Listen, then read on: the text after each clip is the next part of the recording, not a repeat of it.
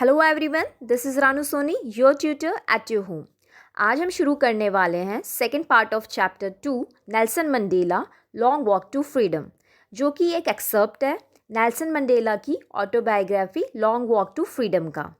So in previous part we came to know that how the grand inauguration ceremony in Pretoria city took place, और इस occasion में participate करने के लिए leaders and dignitaries आए थे, right, to congratulate Nelson Mandela, because it was most awaiting moment for South Africans when South Africa was going to become democratic. Okay, so military commander give respect and show loyalty towards new government, और कैसे पूरा amphi theatre joyfully new government और new president को welcome कर रहा था। Now जब inauguration day होता है, नेल्सन मंडेला पास्ट को रिमेंबर करते हैं और उस वक्त को याद करते हैं जब अपार्थाइड सिस्टम की शुरुआत हुई। उन्हीं की नेटिव लैंड पर उनको बेसिक राइट्स नहीं थे। You can see in picture कैसे वार्निंग साइन लगा दिए जाते थे ब्लैक स्किन पीपल के अगेंस्ट, और धीरे धीरे ये सब और बढ़ता गया। इवन आप बिलीव नहीं करोगे, ब्लैक पीपल को कैपटाउन सिटी में जाने के लिए भी परमिशन नहीं थी।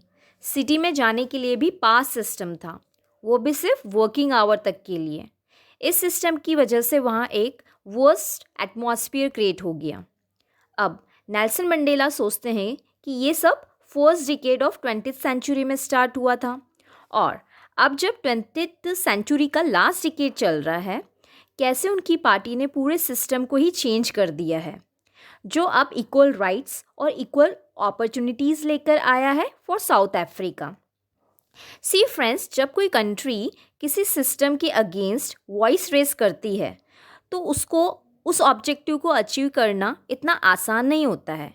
For example in India, when the revolt started, freedom revolt started when it was started in 1857.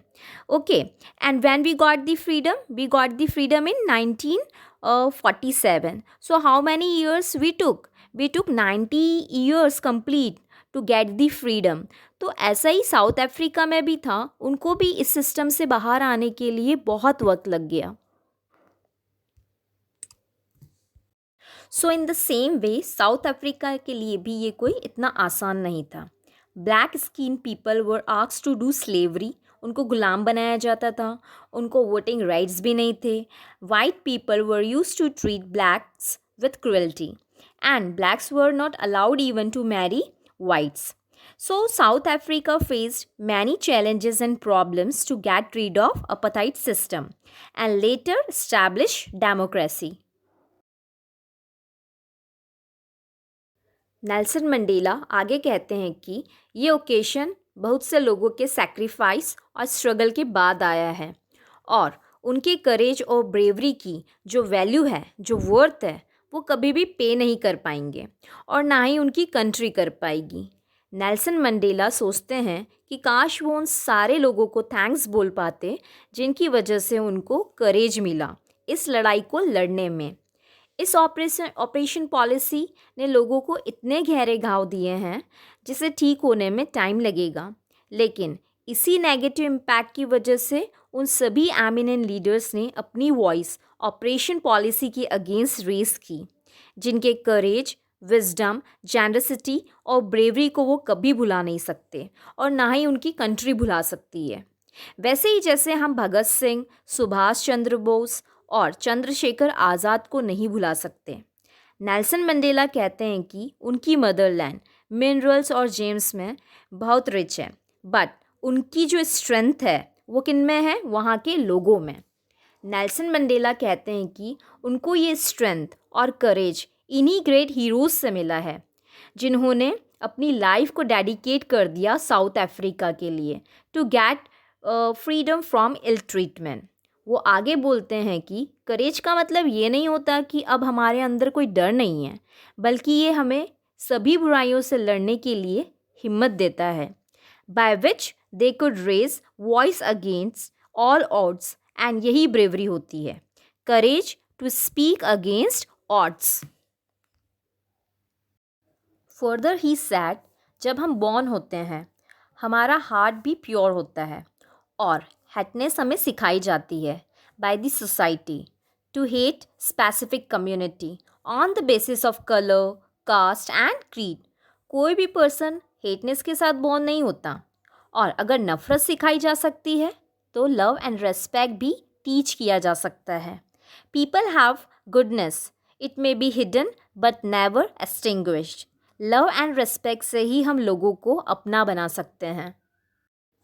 Nelson Mandela आगे बताते हैं कि हर इंसान की लाइफ में कुछ रिस्पॉन्सिबिलिटीज़ होती हैं जो उसे पूरी करनी होती है, towards the family as well as towards the society और you can say country. Generally तो हम इसे मेंटेन कर लेते हैं, but that time in South Africa it was not easy. जब भी ब्लैक पीपल अपने लोगों के लिए आवाज़ उठाते थे तो या तो उन्हें पनिश किया जाता था या अरेस्ट. तो इस वजह से ना तो वो फैमिली की रिस्पॉन्सिबिलिटीज़ फुलफ़िल कर पाते, ना सोसाइटी की. रेशियल डिस्क्रिमिनेशन की वजह से साउथ अफ्रीका में नॉर्मल लाइफ जीना भी एक स्ट्रगल था, एक चैलेंज था. स्टार्टिंग में नेल्सन मंडेला अपनी फैमिली को प्रायोरिटी देते थे, लेकिन फैमिली को प्रायोरिटी देने की वजह से उनको लगता था कि अगर वो अपने लोगों के लिए कुछ करना चाहते हैं तो अपनी फैमिली की रिस्पॉन्सिबिलिटी अच्छी तरह से नहीं निभा पाएंगे, और इसी की वजह से वो ना तो एक अच्छे सन, ना एक अच्छे ब्रदर, ना एक अच्छे फादर और ना ही एक अच्छे हस्बैंड बन पाए. नेल्सन मंडेला ने अपनी अर्ली लाइफ में कभी नहीं सोचा था कि वो कभी अपार्थाइड सिस्टम के अगेंस्ट वॉइस रेस करेंगे. उनके चाइल्डहुड में हमेशा वो फ्री रहे, फ्रीली एंजॉय करना, फ्रीली कोल्ड वाटर स्ट्रीम में स्विम करना, यही उनके लिए आज़ादी थी. उनको सिर्फ उनके फादर और ट्राइब्स के रूल फॉलो करने होते थे. लेकिन जैसे जैसे वो बड़े हुए उन्हें रियलाइज़ हुआ कि people of colour are treated badly. Then he decided to stand against apartheid system. As a student starting में उनको सिर्फ अपने लिए आज़ादी चाहिए थी. एज ए यंग बॉय रात को घूमने की आज़ादी, जो वो पढ़ना चाहे उसकी आज़ादी, जो ट्रांजिटरी थी, टेम्पररी थी. बाद में यही आज़ादी वो अपने लोगों के लिए देखने लग गए.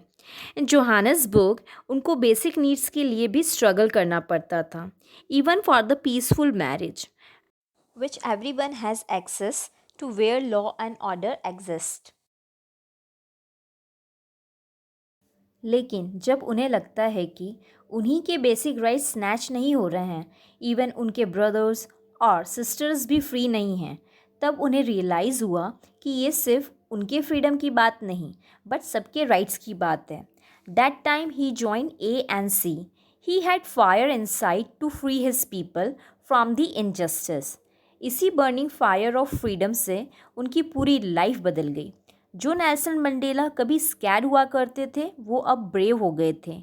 एक लॉ अबाइडिंग अटॉर्नी से वो एक क्रिमिनल बन गए थे, और एक फैमिली मैन से एक मॉन्क बन गए थे. He had dedicated his life to South African people.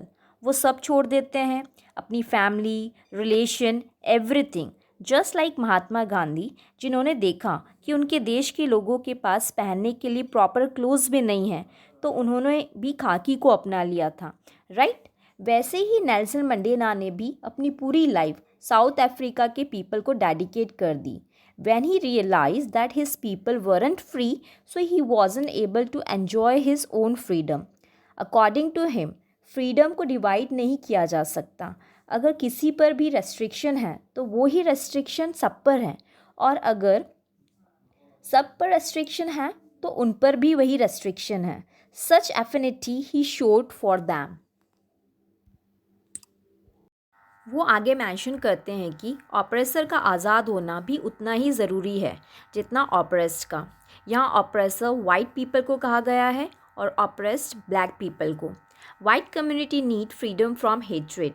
वो इसमें इतने उलझ गए हैं कि इनके पास कोई स्ट्रॉन्ग रीज़न ना होते हुए भी वो ब्लैक कम्युनिटी के पीपल से नफ़रत करते हैं. तो ये जो नैरो माइंडनेस डेवलप हो गई थी, इससे भी आज़ादी चाहिए थी ऑप्रेसर को. नेल्सन मंडेला कहते हैं कि अगर मैं किसी की आज़ादी छीनता हूँ तो भी मैं आज़ाद नहीं हूँ, और अगर मेरी फ्रीडम भी कोई छीनता है तो भी मैं आज़ाद नहीं हूँ. जो किसी को ऑप्रेस करता है और जो ऑप्रेस्ड हो रहा है, दोनों ही फ्री नहीं हैं, वो दोनों ही इनह्यूमन थे. एक आज़ादी छीन रहा था, एक की आज़ादी छीनी जा रही थी, so both were inhuman. But now both of them will have equal rights and opportunity. There would be no discrimination and this country will flourish and emerge as a developing country. So, this chapter ends here. I hope you must have understood the chapter. If you like the video, please don't forget to give thumbs up and subscribe the channel. Thank you so much.